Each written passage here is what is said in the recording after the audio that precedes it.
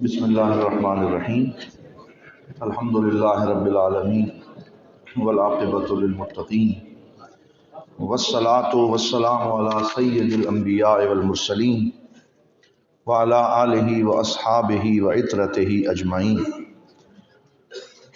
اما بعد فقد قال اللہ سبحانہ وتعالی فی القرآن المجید والفرقان الحمید یا ایہا الذین آمنوا ان جاءکم فاسق بنبأ فتبینوا ان تصیبوا قوما بجہالۃ فتصبحوا علی ما فعلتم نادمین۔ صدق اللہ مولانا العظیم وبلغنا رسولہ النبی الکریم۔ درود پاک پڑھیے۔ الصلاۃ والسلام علیک یا سیدی یا رسول اللہ وعلی آلک واصحابک یا سیدی یا حبیب اللہ۔ بعد از حمد و صلاۃ لائق صد عزت و تکریم استاذ العلماء حضور شیخ الحدیث حضرت قبلہ استاد گرامی علامہ عبدالرزاق صدیقی صاحب زیدہ مجدہ اور جملہ احباب گرامی معزز علماء کرام، میں سب سے پہلے استاد صاحب کا مشکور ہوں کہ انہوں نے آج اپنی اس کلاس کے وقت میں دورہ حدیث شریف کے آپ تمام احباب سے مجھے مخاطب ہونے کا موقع عطا فرمایا۔ اللہ کریم استاد گرامی کے عمر میں فیضان میں مزید برکتیں عطا فرمائے۔ انشاءاللہ آپ کا زیادہ وقت نہیں لوں گا، انتہائی اختصار کے ساتھ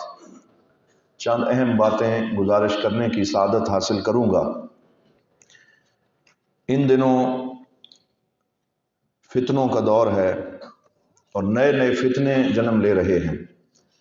اور ہمارا یہ حق بنتا ہے، اور بالخصوص اب جب کہ آپ نے یہاں سے فارغ التحصیل ہو کے چند ہی ماہ کے بعد عملی میدان میں قدم رکھنا ہے، کہ آپ کو ان فتنوں کا ادراک بھی ہو اور ان کا رد کرنے کے لیے آپ کی تیاری بھی ہو۔ تو اس لیے ایک چیز سامنے آئی، میں نے اس پہ ایک تحریر لکھی۔ حضور قبلہ ڈاکٹر پیر ابو الحسن محمد شاہ صاحب الازہری زیدہ مجدہ آپ سے جب گفتگو ہوئی تو آپ نے فرمایا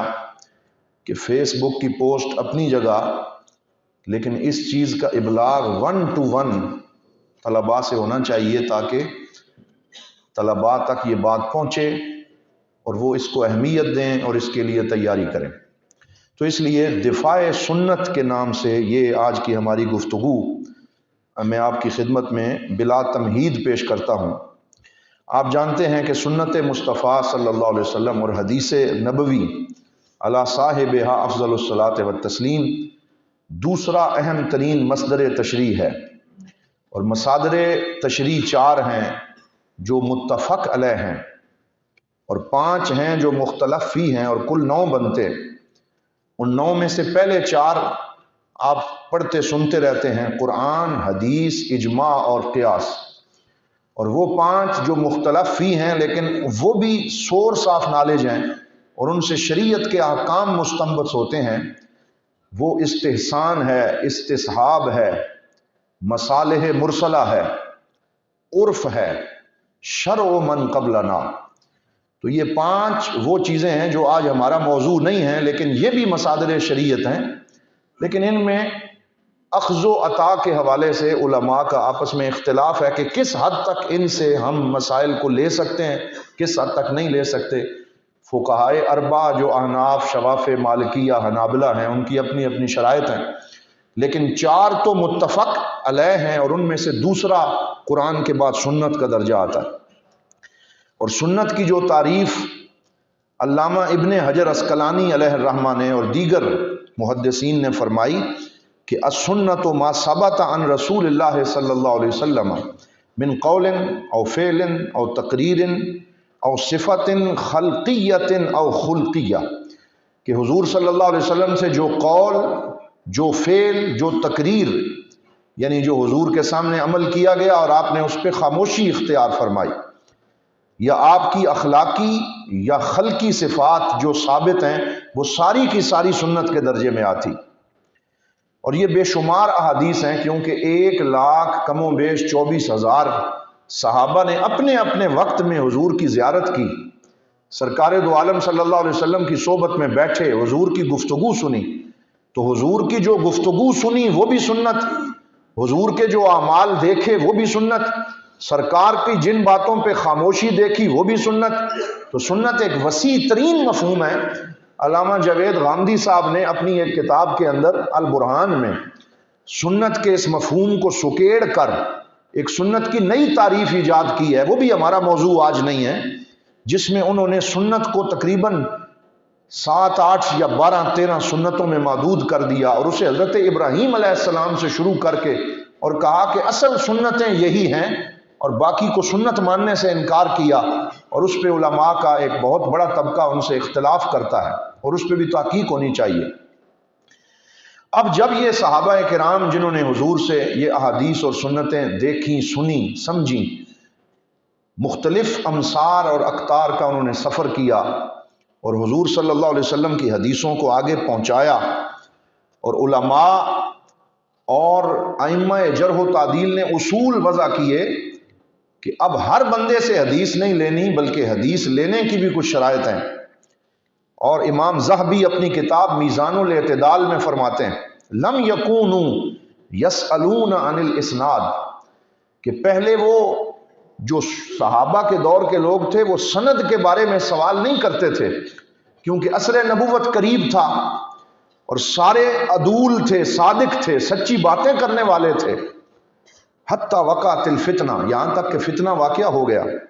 فلما وقعت، اور جب فتنہ وقوع پذیر ہو گیا، دخل الحابل بالنابل، اور ہر شے گڑ مڈ ہونے لگی، نظروا من کان من اہل سنت اخذوا حدیثہ، تو اب وہ دیکھنے لگے کہ جو اہل سنت میں سے ہے اس کی حدیث کو لے لیتے، ومن کان من اہل البدع ترکوا حدیثہ، اور جو اہل بدعت میں سے ہوتا اس کی حدیث کو ترک کر دیتے۔ تو اصول جرح و تعدیل سامنے آئے، حدیث لینے کے پیمانے مقرر ہوئے، قواعد منضبط کیے گئے۔ قرآن وحی مطلوب ہے اور حدیث وحی غیر مطلوب ہے۔ وحی مطلوب یعنی جس کی تلاوت کی جاتی ہے وہ قرآن ہے، تو قرآن کی حفاظت کا ذمہ بھی اللہ نے لیا، لا یأتیہ الباطل من بین یدیہ ولا من خلفہ تنزیل من حکیم حمید۔ یہ قرآن کی حفاظت ہے کہ اس کی آگے پیچھے دائیں بائیں کہیں سے باطل اس میں داخل نہیں ہو سکتا، اللہ تعالیٰ نے پہرے بٹھا دیے۔ اور حدیث جو وحی غیر مطلوب ہے اس کی حفاظت کے لیے اللہ نے رجال تیار فرما دیے جنہوں نے اپنی زندگیاں خدمت حدیث کے لیے وقف فرما دی۔ حضرت سیدنا ابو ہریرہ رضی اللہ تعالی عنہ فرماتے ہیں کہ حضور نے خود اس بات کی خوشخبری دی کہ میری حدیث محفوظ رہے گی اور امت میں ٹرانسفر ہوتی رہے گی اور اس کو کوئی بندہ نقصان نہیں پہنچا سکے گا۔ اور یہ متفق علیہ حدیث ہے کہ یحمل، کہ اس علم یعنی علم حدیث کو ہر آنے والی نسل پچھلی نسل کے عادل لوگوں سے لیتی رہے گی۔ یحمل ھذا العلم من کل خلف عدولہ ینفون عنہ تحریف الغالین، میری امت میں ایسے لوگ پیدا ہوتے رہیں گے جو غلو کرنے والوں کی تحریف کی نفی کریں گے، وانتحال المبتلین، اور باطل گھڑنے والے لوگوں کے گھڑی ہوئی باتوں کا رد کریں گے، وتاویل الجاہلین، اور جاہلوں کی تعویلات کو مسترد کریں گے۔ یہ حضور صلی اللہ علیہ وسلم خود خوشخبری دے کے گئے تھے کہ میری حدیث جو ہے اس پہ پیرا دیا جائے گا اور میری حدیث ٹرانسفر ہو کے لوگوں تک پہنچتی رہے گی۔ سنت خیر الانام میں حضور ضیاء الامت رحمۃ اللہ علیہ نے بہترین دفاع فرمایا اور یہ حدیث نقل فرمائی کہ یوشک ان یقع الرجل ان یقعد الرجل متکئا علی اریکتہ، کہ حضور نے فرمایا میں اپنی نگاہ نبوت سے دیکھ رہا ہوں کہ عنقریب ایک ایسا وقت آئے گا کہ کوئی شخص تکیے پہ ٹیک لگا کے بیٹھا ہوگا، یحدث بحدیث من حدیثی، اور اس کے سامنے میری حدیثوں میں سے کوئی حدیث پڑھی جائے گی، فیقول، تو وہ کہے گا بیننا و بینکم کتاب اللہ، کہ ہمارے اور تمہارے درمیان اللہ کی کتاب کافی ہے، فما وجدنا فیہ من حلال استحللناہ، جو حلال ہمیں قرآن سے ملے ہم مان لیں گے، وما وجدنا فیہ من حرام حرمناہ، اور جو حرام قرآن میں ہے وہ ہمارے لیے کافی ہے، ہم اسے حرام مانیں گے۔ تو حضور نے فرمایا الا خبردار، انما حرم رسول اللہ مثل ما حرم اللہ، فرمایا جس چیز کو اللہ کا رسول حرام کر رہا ہے وہ ویسے ہی ہے جیسے اس کو اللہ حرام فرما رہا ہے، اور اس میں کوئی فرق نہیں ہے۔ تو حضور صلی اللہ علیہ وسلم نے پوری منظر کشی بھی کر دی کہ ٹیک لگا کے بیٹھے ہوں گے، اپنے آپ کو بڑا عالم سمجھیں گے، اپنے آپ کو بڑا دانشور سمجھیں گے، میری حدیثوں کا رد کریں گے، تو فرمایا کہ میں تمہیں بتا کے جا رہا ہوں کہ میرا فرمانا رب کے فرمانے کی طرح ہے اور اس میں کوئی فرق نہیں۔ اب یہ ایک طویل موضوع ہے، ہم اس کی تفصیل میں نہیں جاتے، آگے چلتے ہیں کہ حضور صلی اللہ علیہ وسلم فرما کے گئے تھے کہ ایسے لوگ آئیں گے جو میری احادیث کا انکار کریں گے، اور پھر ایسا ہوا کہ لوگ آئے، انہوں نے اپنے اپنے وقت میں مختلف شکلوں میں احادیث اور سنت کا انکار کیا۔ کبھی فرقہ قرآنیہ سامنے آیا اور انہوں نے کہا کہ ہمارے لیے قرآن کافی ہے، اور ہمارے ہاں بھی پاکستان میں کبھی کسی دور میں اس فرقے کے کچھ نمائندے موجود تھے۔ پھر فتنہ انکار سنت کھل کے سامنے آیا پرویزیت کی شکل میں، اور غلام احمد پرویز نے جو ہے وہ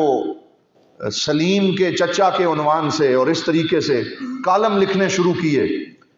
نوائے وقت میں مختلف اخباروں میں کتابیں لکھیں، سنت کا انکار کیا۔ لیکن اس نے سنت کا جو انکار کیا اس کا سارا زور متن حدیث پہ تھا، سند پہ اتنا کلام نہیں تھا،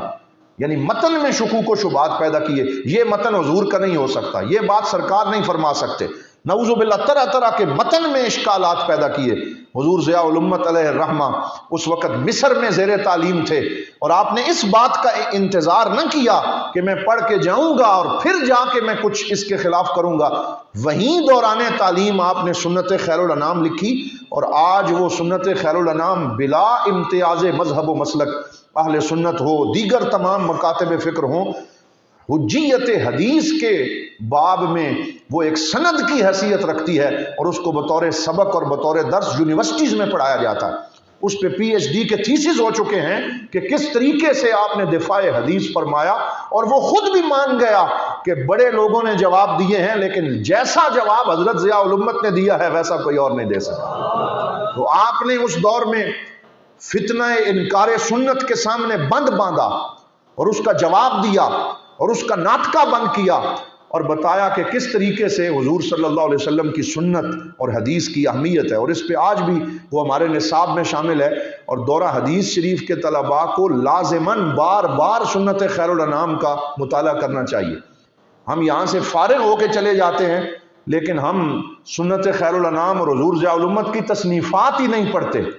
عملی زندگی میں بعض لوگ چلے جاتے ہیں لیکن وہ حضرت ضیاء الامت کی تصنیفات سے نابلد رہتے ہیں، تو یہ ایک بہت بڑی محرومی ہے، ہمیں اس کا جو ہے وہ ازالہ کرتے ہوئے ان کتابوں کو ضرور پڑھنا چاہیے۔ تو یہ فتنے تھے۔ اب ان دنوں ایک نیا فتنہ ابھر رہا ہے، ان کا زور متن کے انکار پہ تھا۔ پھر غیر مقلدین کا جو فتنہ تھا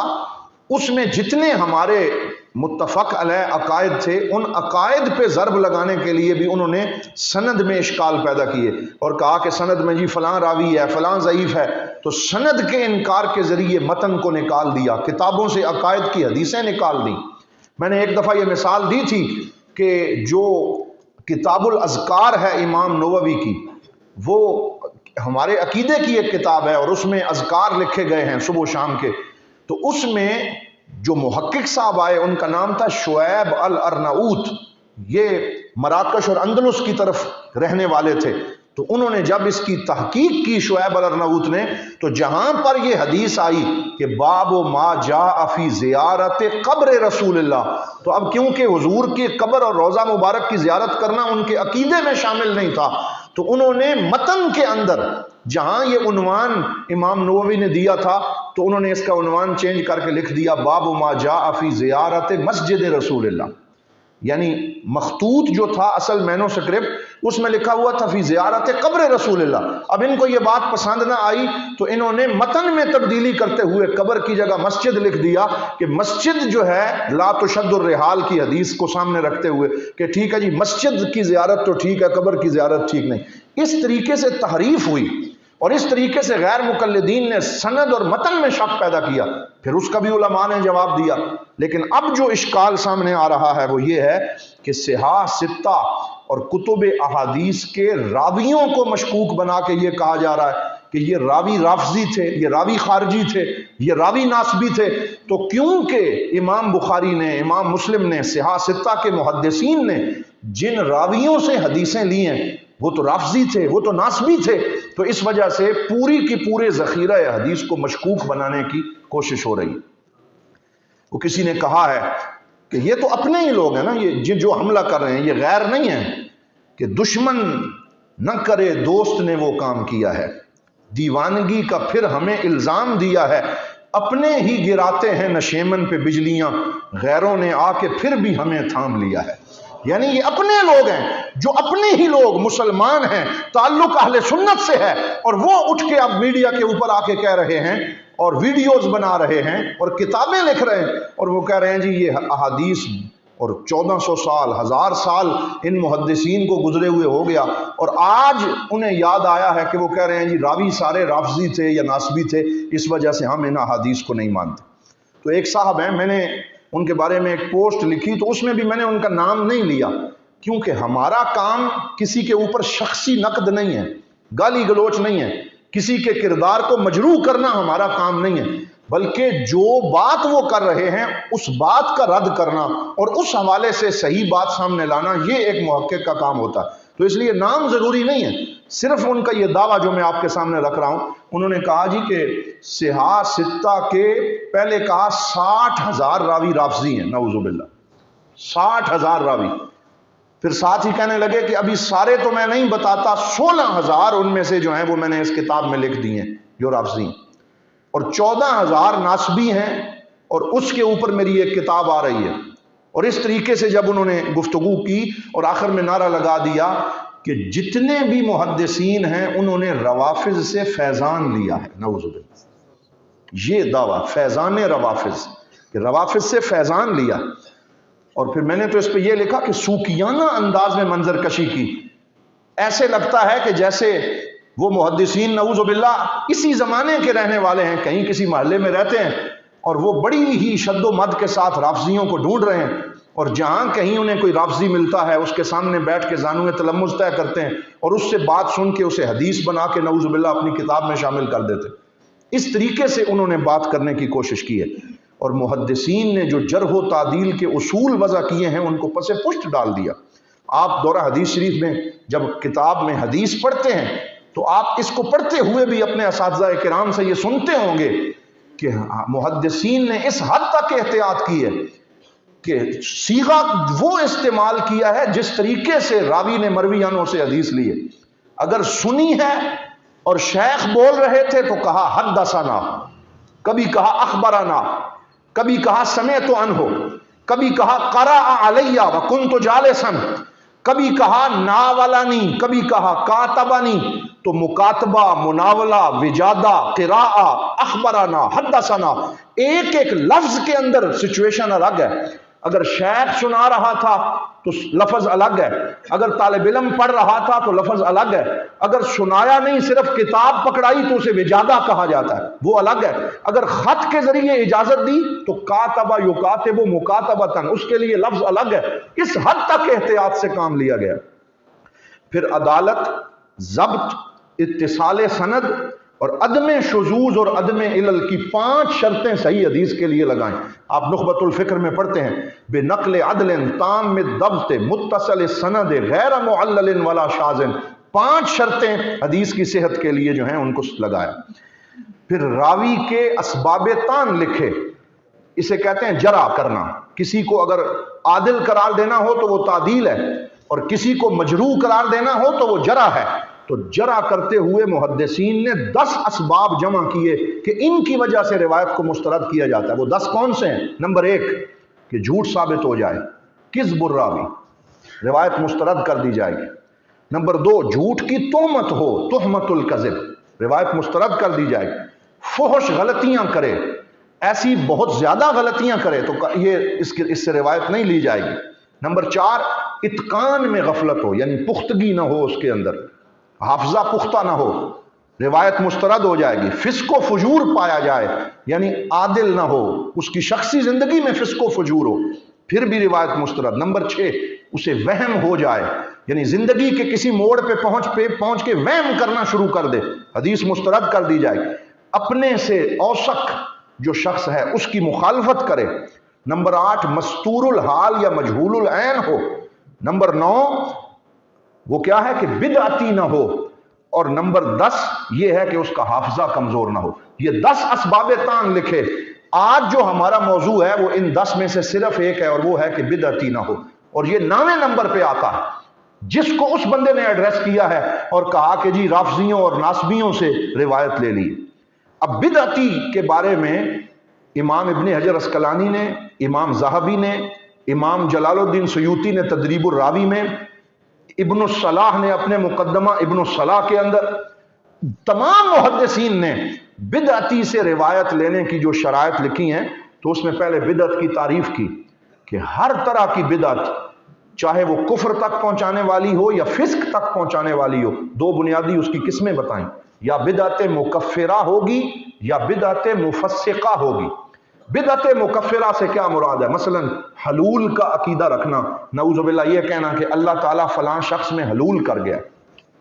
یا اس طرح کی کوئی بات کرنا، یا حضرت مولا علی شیر خدا کے بارے میں جیسے بعض کہتے تھے نعوذ باللہ کہ وہی آنی تو حضور کے پاس تھی لیکن نعوذ باللہ جبرائیل بھول کے وہ آنی حضرت علی کے پاس تھی اور جبرائیل ادھر چلے گئے، اس طرح کی بات کرنا، یا کوئی بھی ایسی بات کرنا جو کفر تک پہنچانے والی ہو، اسے بدعت مکفرہ کہا جاتا ہے۔ تو اس چیز کا انہوں نے لکھا معتزلہ، جبریہ، قدریہ، مرجئہ، حروریہ، خوارج، نواسب، روافض، یہ میں نے صرف چند نام لیے ہیں۔ اگر آپ نے بدعت کی تمام اقسام پڑھنی ہو تو امام شہرستانی کی کتاب الفصل فی الملل والنحل اس کو پڑھ لیا جائے تو اس میں بدعت کی تمام اقسام اور جتنے فرقے آج تک بدعت کے نام پہ ظہور پذیر ہوئے ہیں ان سب کا تفصیل سے ذکر امام شہرستانی نے اپنی کتاب الفصل فی الملل والنحل میں کر دیا ہے۔ تو پھر جب بدعتی سے روایت لینی ہے تو اس میں بھی آنکھیں بند کر کے روایت نہیں لے لی، بلکہ اس میں سب سے پہلے یہ فرمایا کہ اگر تو بدعت مکفرہ والا ہے تو پھر تو چھٹی ہے، اس سے کوئی روایت نہیں لی جائے گی۔ تمام جمہور علماء نے اس پہ فیصلہ سنا دیا کہ کفر والی بدعت جس سے سرزد ہوتی ہے ہم اس کی کوئی روایت اپنی حدیث کی کتاب میں شامل نہیں کریں۔ اگر بدعت مفسقہ ہے تو 5 شرائط لگائیں کہ یہ 5 شرطیں پائی جائیں گی تو پھر اس سے حدیث لی جائے گی۔ تو ہم یہ کہتے ہیں کہ محدثین نے اندھیرے میں کسی کو نہیں رکھا، ہر چیز کو واضح کر دیا، ہر چیز کو جلی عنوان سے حدیث کی کتابوں میں شامل کر دیا۔ یہ نہیں کیا کہ بات اصل میں کچھ اور ہو اور چھپائی جا رہی ہو۔ جس بدعت کا الزام تھا پہلے وہ لکھ دیا، اس پہ شیعہ ہونے کا الزام ہے، اس پہ غالی رافضی ہونے کا الزام ہے، اس پہ خارجی ہونے کا الزام ہے، اس پہ قدری ہونے کا الزام ہے، پہلے وہ الزام لکھا۔ اب یہاں میں ذرا اپنی گفتگو کو شرائط میں بیان کرتا ہوں، لیکن اس سے پہلے ایک بات میں عرض کرنا چاہتا ہوں۔ جب ہم نے جس بندے نے یہ بات کی تھی تو اس پہ نقد کی، بہت سے لوگوں نے کی، ہم نے بھی کی، تو آج 11 منٹ کا ایک کلپ ان کی طرف سے میرے نام جاری کیا گیا اور کہا گیا جی نعیم الدین الازہری کو معقول جواب، وہ بھی نیٹ پہ آ گیا۔ اب اس پہ جواب دیتے ہوئے جواب انہوں نے کیا دیا؟ جواب صرف اتنا دیا، یعنی جو جسٹیفیکیشن دی کہ ہم نے انہیں کیوں کہا کہ جی اتنے ہزار رافضیوں یا ناصبیوں سے روایت لی ہے، صرف اتنا جواب دیا کہ 5 بندوں کا نام لیا حی یرزق جو آج موجود ہے، اور میں ان کا نام نہیں لیتا کہ فلاں عالم دین، فلاں عالم دین، فلاں عالم دین، 5 یا 6 علماء کا نام لے کے کہنے لگے آج کل کچھ سنی علماء ان کو رافضی کہہ رہے ہیں۔ ہمیں اس بات کا غصہ ہے کہ ان علماء کو رفض کی تہمت کیوں لگائی جا رہی ہے؟ اگر آپ ان کو رافضی کہتے ہیں تو نہ کھیلیں گے نہ کھیلنے دیں گے۔ آپ نے ان کو رافضی کہا، ہم کہیں گے تمہارے محدثین نعوذ باللہ جو ہیں انہوں نے رافضیوں اور خارجیوں سے لیا۔ تو غصہ ہے کہاں پہ اور نکال کس پہ رہے؟ اسے انصاف کہتے ہیں۔ یہ عدالت ہے کہ اگر مجھے اپنے معاصرین میں سے کسی کے اوپر غصہ ہو کہ فلاں شخص فلاں کے ساتھ زیادتی کر رہا ہے تو میں یہ غصہ نکالنے کے لیے آباء و اجداد کے اوپر تان و تشنیع شروع کر دوں، میں ان کے بارے میں غلط بات کروں، تو میں نے ڈائریکٹ ان سے پھر رابطہ کیا اور ان تک پیغام پہنچایا کہ جناب ہم نے کوئی ویڈیو نہیں کھیلنی، نہ ہم نے پہلے ویڈیو بنائی نہ اب آپ کے جواب میں بنائیں گے. ہم نے ایک تحریر لکھی اور اس میں علمی دلائل آپ کے سامنے رکھے. ہم ویڈیو گیم کھیلنے والے نہیں ہیں. ہم نے کوئی آنکھ مچولی نہیں کرنی. ہم صرف آپ سے یہ کہنا چاہتے ہیں کہ جناب اگر اس دور کے اندر کسی کے اوپر مائل برفض ہونے کا الزام ہے تو اس کے اور بھی کئی جواب دیے جا سکتے ہیں. آپ یہ غصہ نکالنے کے لیے پورے ذخیرہ حدیث کو مشکوک نہ بنائیں. بخاری، مسلم، ترمذی، ابن ماجہ اور دیگر تمام محدثین جنہوں نے اپنی زندگیاں خدمت حدیث کے لیے وقف کر دی، سفر کیے، ایک ایک حدیث کے لیے مختلف شہروں کے اندر گئے اور دیکھا کہ کون جو ہے وہ ضابط ہے، کون عادل ہے، کس کا کیسا عقیدہ ہے. چھان بین کے بعد، اور حضرت امام بخاری تو وہ تھے کہ جن کی تو بصارت بھی چلی گئی اور پھر وہ اس کے باوجود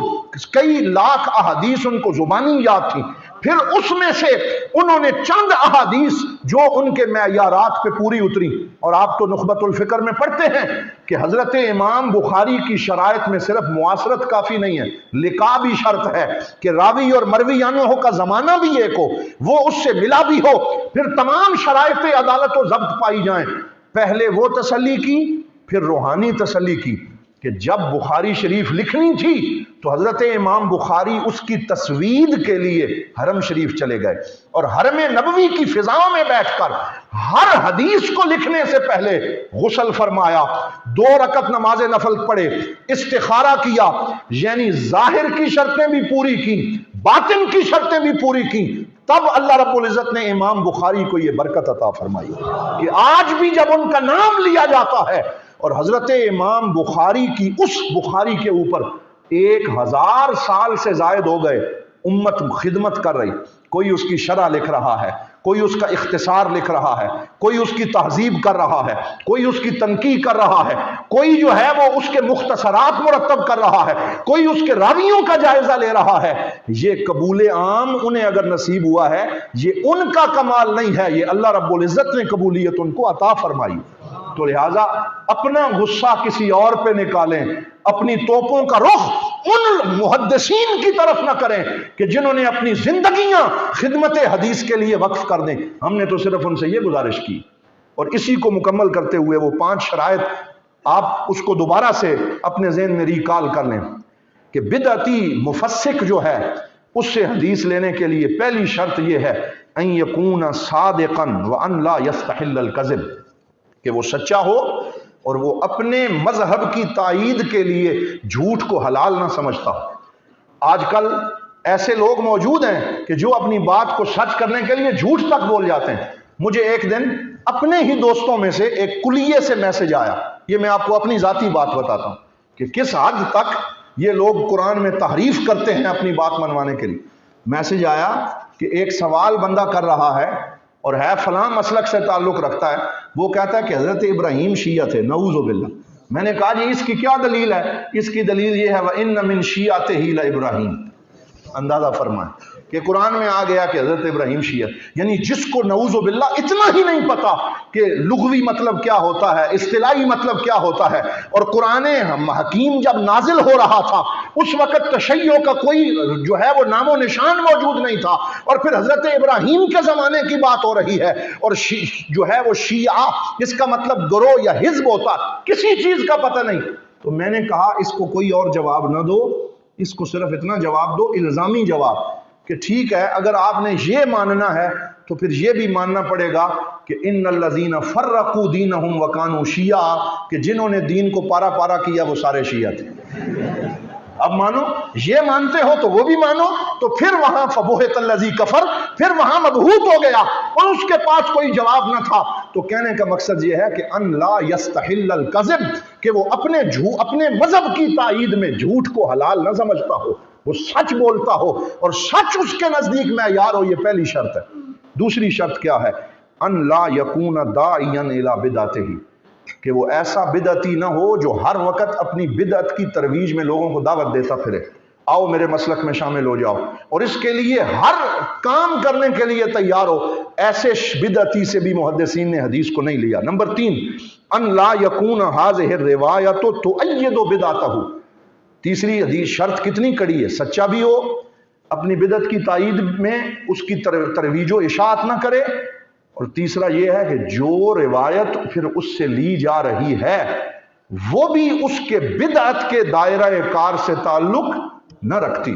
مثلا اگر کوئی شیعہ ہے یا ناسبی ہے اور لیکن اگر وہ سچا ہے اور اس پہ سچ کو آزما لیا گیا اور وہ اپنے بدعت کی ترویج بھی نہیں کرتا، پھر بھی اس سے جو روایت لینی ہے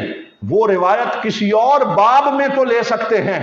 اس تشیع یا رفض کے باب میں اس سے کوئی روایت لے سکتے نہیں ہیں۔ اس بات کا بھی التزام کیا۔ اس وجہ سے اگر کوئی ایسا بدعتی راوی صحاح کے اندر موجود ہے تو جو حدیث اس سے ان ائمہ نے لی ہے کبھی بھی اس کا تعلق اس رفض یا اس نسب کی تائید میں نہیں ہوگا کہ کوئی ایسی حدیث آپ کو مل جائے کہ جس سے اس کے مسلک کی تائید ہو رہی ہے، اس کو بھی شامل نہیں کیا۔ نمبر 4، ان لا یکون ھذا الراوی من غلاۃ الرواۃ فی بدعتہ،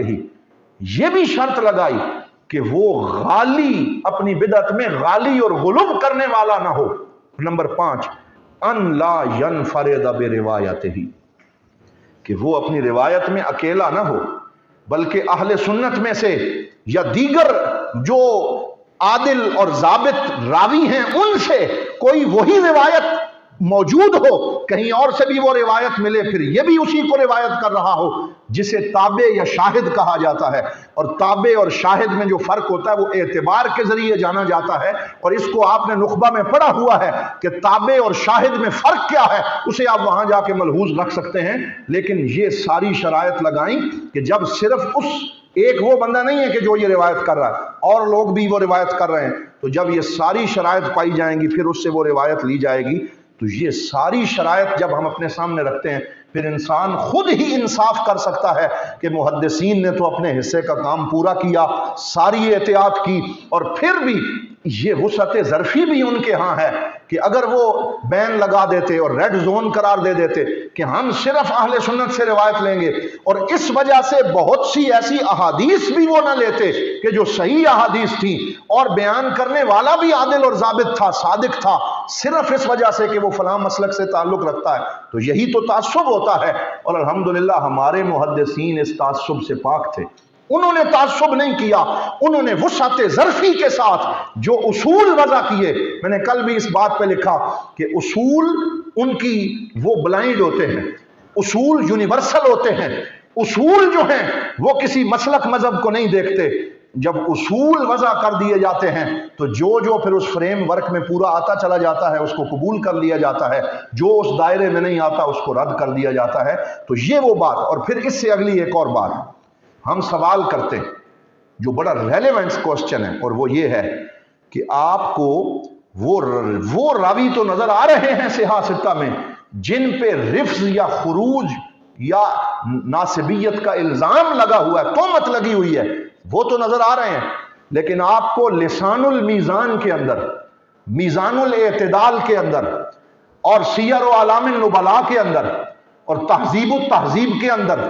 اور تقریب التہذیب کے اندر، اور کتاب المجروحین جو ابن حبان کی ہے اس کے اندر، اور دیگر کتب جرح و تعدیل میں ہزاروں ایسے راوی نظر نہیں آتے کہ جن کو اس وجہ سے محدثین نے ریجیکٹ کر دیا کہ یہ اپنی بدعت میں غلو کرنے والے تھے۔ بہت سے رافضیوں کو، بہت سے ناسبیوں کو، بہت سے خارجیوں کو کتابیں بھری پڑی ہیں۔ کل میں لائبریری میں گیا، میں نے یہ لسان المیزان اٹھائی، یہ علامہ ابن حجر عسقلانی نے جو اصل میں المیزان امام ذہبی کی تھی،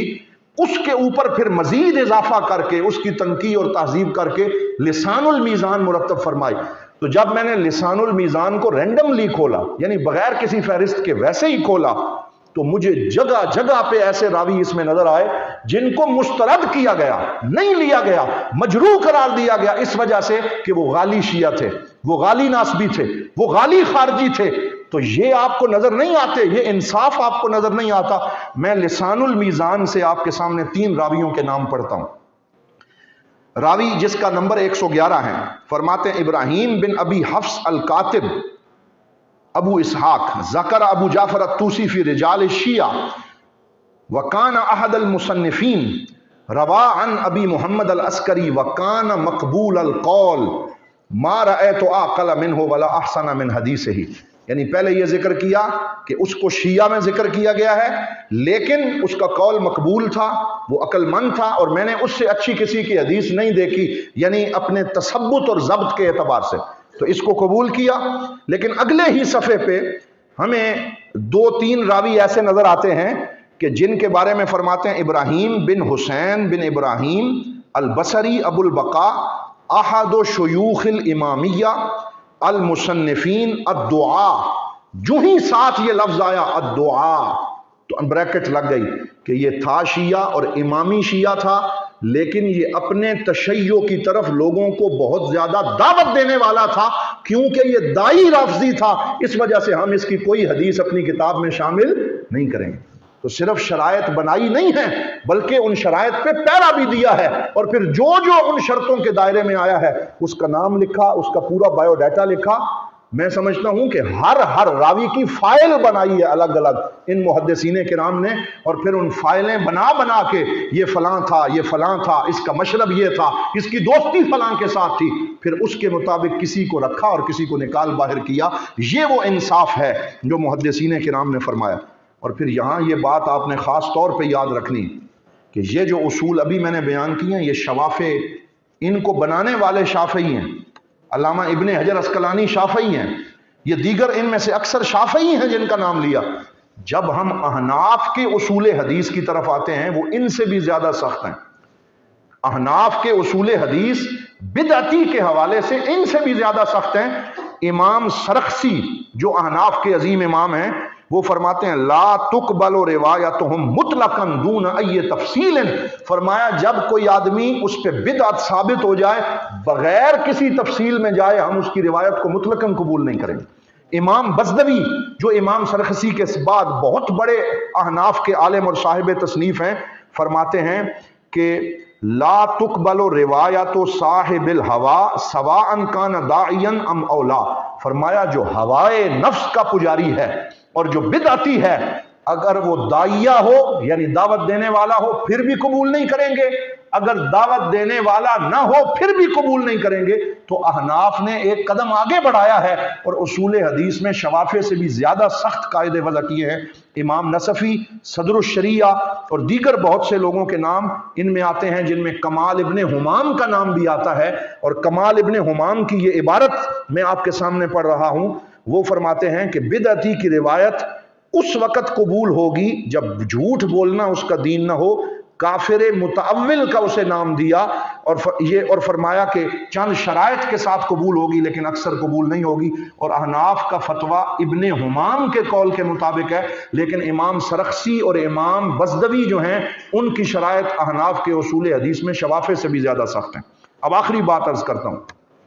میں اپنے ایک مصر کے ہمارے بہت بڑے محدث ہیں شیخ اسامہ سید الازہری، اس وقت بھی مصر میں علم حدیث میں ان کا بہت بڑا نام ہے،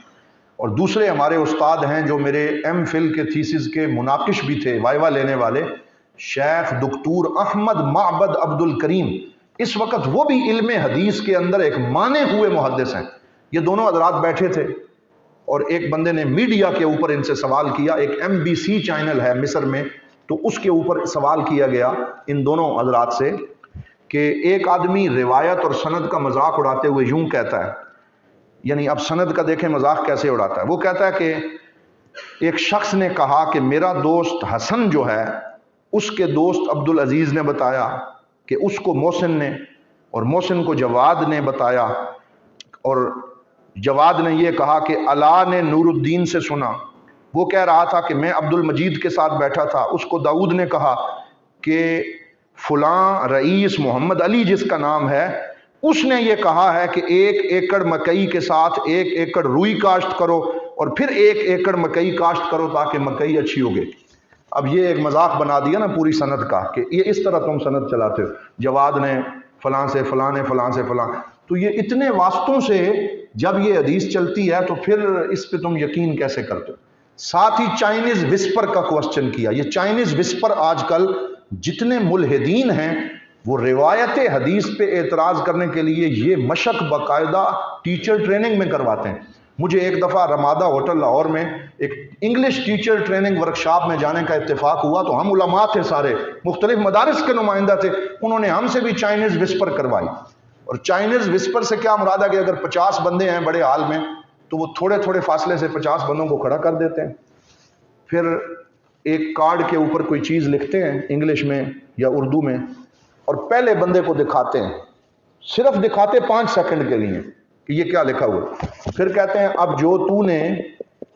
تو نے پڑھا ہے نا اس کے کان میں بتاؤ، اسے وسپرنگ کہتے ہیں، پھر جو اس نے سنا ہے وہ اگلے کو بتائے، جو اس نے سنا ہے وہ اگلے کو بتائے، 50 بندوں تک بات پہنچتے پہنچتے وہ شروع میں وہ جس دن میں لاہور گیا تو اس دن انگلش میں لکھا ہوا تھا، جو اس نے آخر میں ہمیں بتایا کہ میں نے لکھا کیا تھا، پہلے تو وہ بتاتے ہی نہیں، تو اس میں لکھا ہوا تھا کہ I want 1 pizza with burger، کوئی اس طرح کا انگلش میں اس نے لکھا، تو آخر میں 50ویں بندے تک جب وہ بات پہنچی تو اس میں نہ برگر تھا نہ پیزا تھا، کوئی اور ہی چیز نکلی، ہر چیز غائب ہو چکی۔ تو اب وہ اس طرح کی ایکٹیویٹیز کرا کے سند کے اوپر شک پیدا کرتے ہیں۔ تو میں وہاں پہ کھڑا ہو گیا اور یہی میرے استاد گرامی نے جو جواب دیا جو آج بھی میڈیا کے اوپر موجود ہے، جب اس نے کہا نا جی عبد الحکیم نے جواد نے ولید سے، ولید نے عبد المجید سے، تو انہوں نے کہا تم اگر 50 نام لے رہے ہو نا اور تمہیں ان 50 ناموں میں سے کسی نام کے بارے میں پوچھا جائے تو نہیں پتا ہوگا، یہی تو ہم تمہیں بتانا چاہتے ہیں کہ اہل سنت کے ہاں اور مسلمانوں کے ہاں 2 علم ایسے ہیں جو پہلی کسی قوم کے پاس موجود نہیں ہے، ایک علم کا نام علم الانساب ہے اور دوسرے علم کا نام علم اسماء الرجال ہے، اور یہ دونوں علوم ہمارے پاس موجود ہیں۔ ہمارے پاس کوئی عبد المجید، جواد، فواد ایسا نہیں ہے کہ جس کا نام علم حدیث کی سند میں آتا ہو اور ہمیں پتہ نہ ہو کب پیدا ہوا، اس کا استاد کون تھا، اس کا شاگرد کون تھا، اس نے کس کے پاس پڑھا، اس کا عدل کیا تھا، انصاف کیا تھا، دیانت کیا تھی، اس کا رویہ کیسا تھا، اور یہ کن لوگوں کے ساتھ چلتا پھرتا تھا۔ الحمدللہ حدیث کے بعد میں اگر 60,000 راویوں کے نام آئے ہیں تو ہر راوی کا کچا چٹھا کھول کے محدثین نے سامنے رکھ دیا۔ تو اسی لیے وہ جیسے علامہ نے کہا تھا کہ اپنی ملت پر قیاس اقوام مغرب سے نہ کر، خاص ہے ترکیب میں قوم رسول ہاشمی۔ یہ قوم رسول ہاشمی ہے، یہ علم حدیث ہے، اور علم حدیث کا مذاق نہ اڑاؤ۔ الحمدللہ علم الانساب مسلمانوں کے علاوہ کسی اور مذہب میں موجود نہیں ہے، تلاش کر لیں۔ علم الانساب کہتے ہیں باپ دادا پردادا کا وہ علم جو الحمدللہ ہمارے پاس ہے، اور نصابہ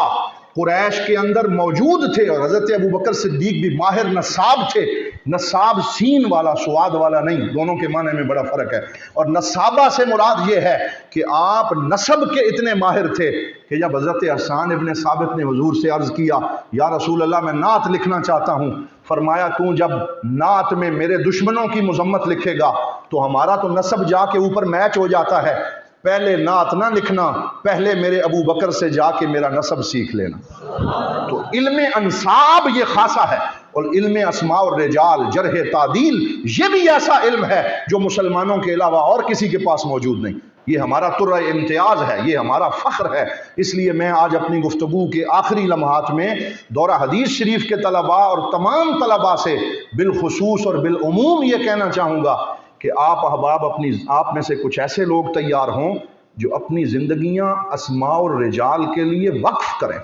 ان کا کوئی اور سبجیکٹ نہ ہو، ان کا اوڑھنا بچھونا علم اسماء الرجال ہو۔ اس وقت ہمیں اشد ضرورت ہے کہ ہمارے پاس ایسے لوگ ہوں کہ جو علم اسماء الرجال اور علم جرح و تعدیل میں ماہر ہوں۔ گفتگو کے آخر میں جو ڈیٹا ہمارے حضرات نے مرتب کیا ہے، میں 5 کتابوں کے نام لیتا ہوں، آپ دیکھیں۔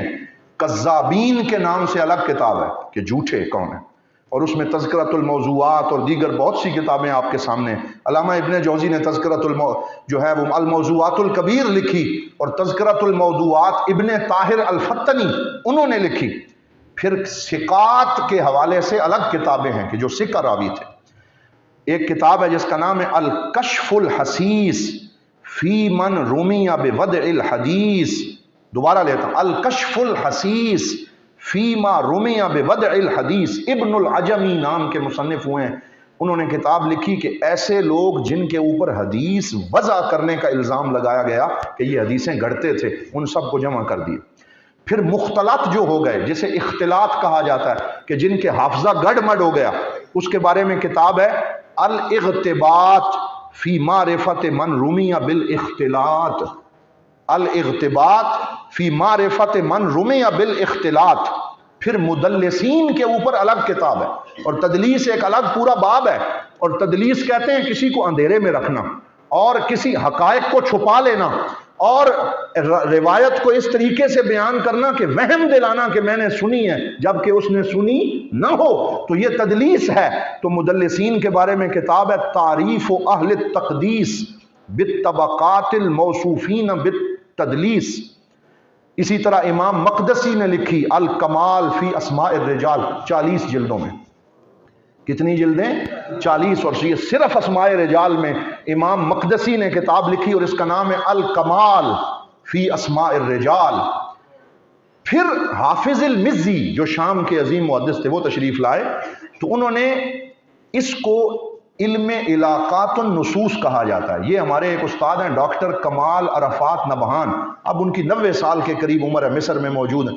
وہ علم علاقات النصوص کے بانی ہیں، اور انہوں نے علاقات النصوص پہ ایک کتاب لکھی ہے۔ اور علاقات النصوص کا معنی یہ ہے کہ جس طرح میری اور آپ کی فیملیز ہوتی ہیں نا، اس طرح کتابوں کی بھی فیملیز ہیں۔ جس طرح ہمارا باپ ہے، دادا ہے، پھر کسی کا بیٹا ہے، پوتا ہے، نواسا ہے، پڑپوتا ہے، بھائی ہے، چچا ہے، خالہ ہے، یہ فیملی ہے۔ تو کتابوں کی بھی فیملی ہوتی ہے۔ تو وہ کہتے ہیں کہ اگر ہدایہ ہے تو ہدایہ نے جس سے لیا ہے وہ اس کے باپ کی جگہ پہ علمی طور پہ، پھر دادا کی جگہ پہ، پھر ہدایہ صاحب ہدایہ نے خود اپنی 3 تلخیصات کی ہیں، ایک متوسط ہے اور ایک طویل ہے جسے مطول کہا جاتا ہے، ایک مختصر ہے۔ پھر آگے ہدایہ کی شروعات ہیں، پھر ہدایہ کے مختصرات ہیں، پھر ہدایہ کی تعلیقات ہیں، پھر ہدایہ کی آگے جا کے شرح الشروع ہیں۔ تو یہ اس ہدایہ کی پوری فیملی ہے، ہر کتاب کی فیملی ہے، یہ وہ علم ہے۔ پھر فرماتے ہیں کہ جو امام مقدسی نے الکمال لکھی، امام مزی تشریف لائے تو انہوں نے 40 جلدوں کو مختصر کر کے تہذیب الکمال کا نام دے دیا، اور یہ تقریباً 25 جلدوں میں شائع ہوئی۔ جو پہلے 40 تھیں اب کتنی رہ گئی؟ 25 جلدیں امام مزی نے تہذیب الکمال لکھی۔ پھر امام ذہبی تشریف لائے تو امام ذہبی نے امام مزی جو تھے ان کا اختصار کیا، یہ تیسرے درجے میں آ گئے، تو یہ پوتے کے درجے میں آ گئے۔ تو جو پہلے 40 جلدوں میں تھی پھر 25 میں رہ گئی، 8 جلدوں میں تذہیب الکمال اس کا نام رکھ دی۔ کیا نام رکھا؟ تذہیب الکمال۔ اب تذہیب الکمال کی خلاصہ لکھنے کے لیے امام خزرجی تشریف لائے اور انہوں نے الخلاصہ کے نام سے جو کچھ اس سے پہلے تھا اس پورے کا نچوڑ اور خلاصہ بالکل مختصر 2 جلدوں میں ذکر کر دی۔ تو 40 جلدوں سے بات شروع ہوئی، 2 جلدوں پہ آ گئے۔ پھر الکاشف امام ذہبی نے خود لکھی جس میں اپنی کتاب تہذیب الکمال کو ذرا اور مختصر کیا۔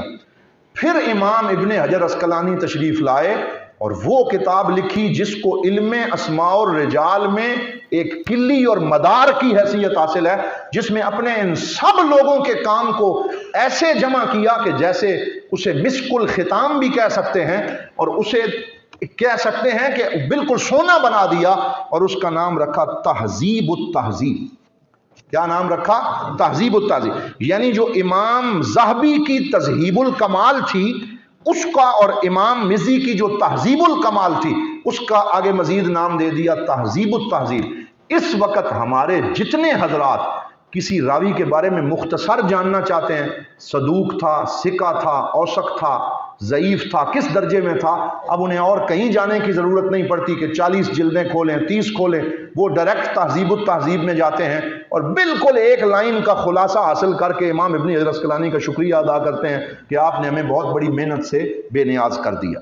تو یہ وہ چند باتیں تھیں، ابھی اس پہ بہت لمبی گفتگو ہو سکتی ہے، لیکن میں نے پہلے بھی آپ کا بہت زیادہ ٹائم لیا،